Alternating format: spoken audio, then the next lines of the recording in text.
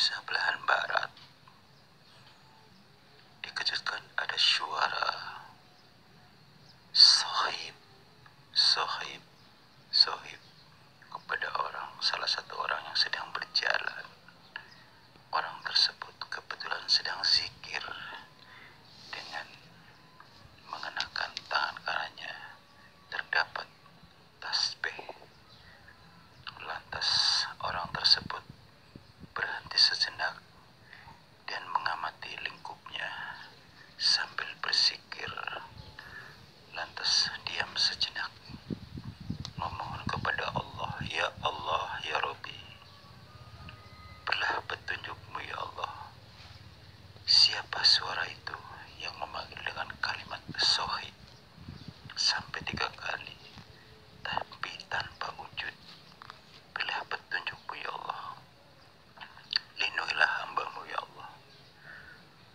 Tak lama kemudian orang tersebut mengatakan, "Assalamualaikum warahmatullahi wabarakatuh. Siapakah yang mengucapkan sohib 3 kali? Wujudkan diri kamu." Kata orang tersebut mengatakan demikian. Assalamualaikum warahmatullahi wabarakatuh. Salam jumpa kembali untuk sahabat-sahabat YouTuber, sahabat media, serta para pemirsa yang selalu aktif mengikuti konten-konten Ayah Sadam. Di sini Ayah Sadam akan mengupas kembali hasil penelusuran yang kami rangkai jadi satu, akan kami jabarkan untuk Anda semua. Ada apakah dengan suara sohib, panggilan sohib 3 kali? Mari kita simak sama-sama kisah selengkapnya. Tak lupa pula semoga kita tetap dalam lindungan Allah Subhanahu wa ta'ala. A'udzubillahi minasyaitonirrajim. Bismillahirrahmanirrahim. Innahu min Sulaiman wa innahu bismillahirrahmanirrahim. Allahumma as'aluka ridhoka wal jannah wa na'udzubika min syahadika wan nar. Qul a'udzu binnas malikin nas ilahin nas min syarri waswasil khannas alladzi yuwaswisu fi sudurin nas minal jinnati wan nas. Saudara, saat itu jam menunjukkan pukul 1 waktu Indonesia belahan barat.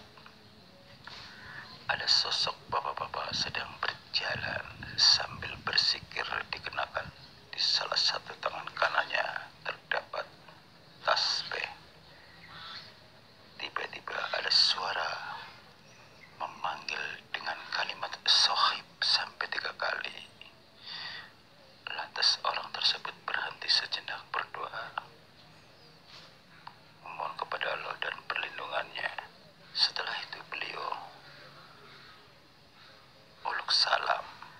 Setelah uluk salam hingga sampai 3 kali tidak ada jawaban. Lantas kembali lagi si bapak itu mengatakan, "Wujudkan diri kamu. Siapa kamu sebenarnya?" Tiba-tiba ada di belakang di mana orang tersebut berada kurang lebih 4 meter. Saya hadir di sini. Ternyata makhluk besar hitam, tingginya hampir 4 meter, matanya lebar, memerah. Dia kembali lagi bertanya, "Sohib,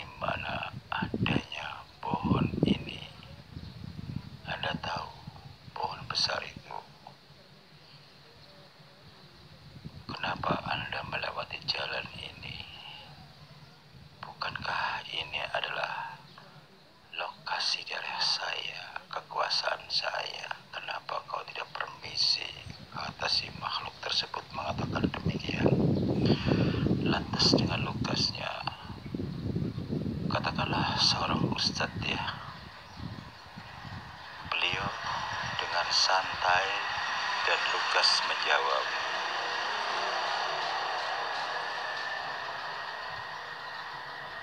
"Apa maksud Anda? Tiada kekuasaan dan tidak uluk salam dengan Anda. Bukankah Anda memanggil Sohib saya menjawab salam hingga sampai 3 kali tidak terjawab?" Lagi-lagi si makhluk itu tertawa terbahak-bahak dan berbicara kembali. "Apa tidak cukup jelas?" kata si makhluk itu. "Apa tidak cukup jelas? Pembicaraan saya baru saja bahwasanya disinilah daerah kekuasaan saya. Barang siapa yang melewati sini harus izin dengan saya," kata si makhluk tersebut mengatakan demikian.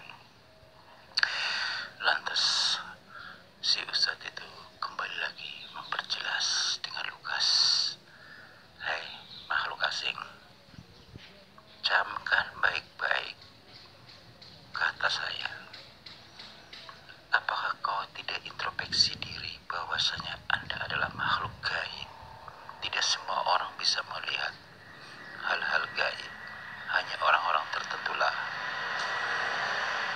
Dan perlu saya perjelaskan kembali, semua makhluk gaib yang ada tergantung makhluk itu sendiri apakah mau diperlihatkan dengan manusia atau tidak. Contohnya seperti saya. Kalau saya tidak memanggil kamu, wujudkan diri kamu, kau tidak akan pernah tampak di hadapan saya," kata si ustadz mengatakan demikian. Lantas lagi-lagi si makhluk itu tertawa.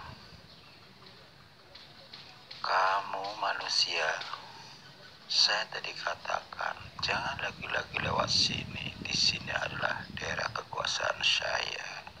Mestinya permisi dulu." Lantas si ustadz berjelas kembali, "Saya harus menjelaskan berapa kali dengan Anda. Ini tempat umum, siapapun punya hak melewati tanpa harus permisi. Kecuali masuk rumah orang harus permisi. Anda memberikan contoh permisi, tapi salam saya pun tidak dijawab. Siapa kau sebenarnya?" kata si ustadz mengatakan demikian. "Saya adalah rajanya jin, di mana tempat bernaung adalah di pohon itu. Sekarang juga kamu pindah dari tempat itu," kata si ustadz mengatakan demikian. "Di sini jalan umum justru akan mengganggu kenyamanan manusia yang lewat sini." Lagi-lagi si makhluk tersebut tertawa dan marah. "Hai manusia, kamu punya nyali ya? Berani-beraninya mengusir saya. Saya punya anak buah banyak, ribuan. Jangan pernah kau ulang lagi kata-kata itu, mengusir saya, termasuk anak buah saya." Lantas si ustadz berkata kembali, "Sekali lagi saya katakan, waktuku sempit untuk persiapan 3/4 malam. Nyahlah kembali kepada tempatmu di mana ada pohon itu. Nanti saya akan kembali kemari, akan mengusir Anda termasuk anak buahnya." Lagi-lagi dia tertawa dan marah. "Hei, tunggu, jangan pergi. Selesaikan dulu urusan kita," kata si makhluk tersebut mengatakan demikian. Tiba-tiba si ustadz memang ingin mengakhiri karena waktunya sempit. Menjelang 3/4 malam, belum sampai ke masjid. Akhirnya beliau dengan niat ingin memagar dia supaya dia ada di tempat tersebut, tidak berbicara kembali atau mengejar si ustadz. Tiba-tiba si ustadz hanya menginjak bumi 3 kali dan melemparkan sesuatu, sajadahnya yang ada di pundaknya. Tiba-tiba angin besar berputar-berputar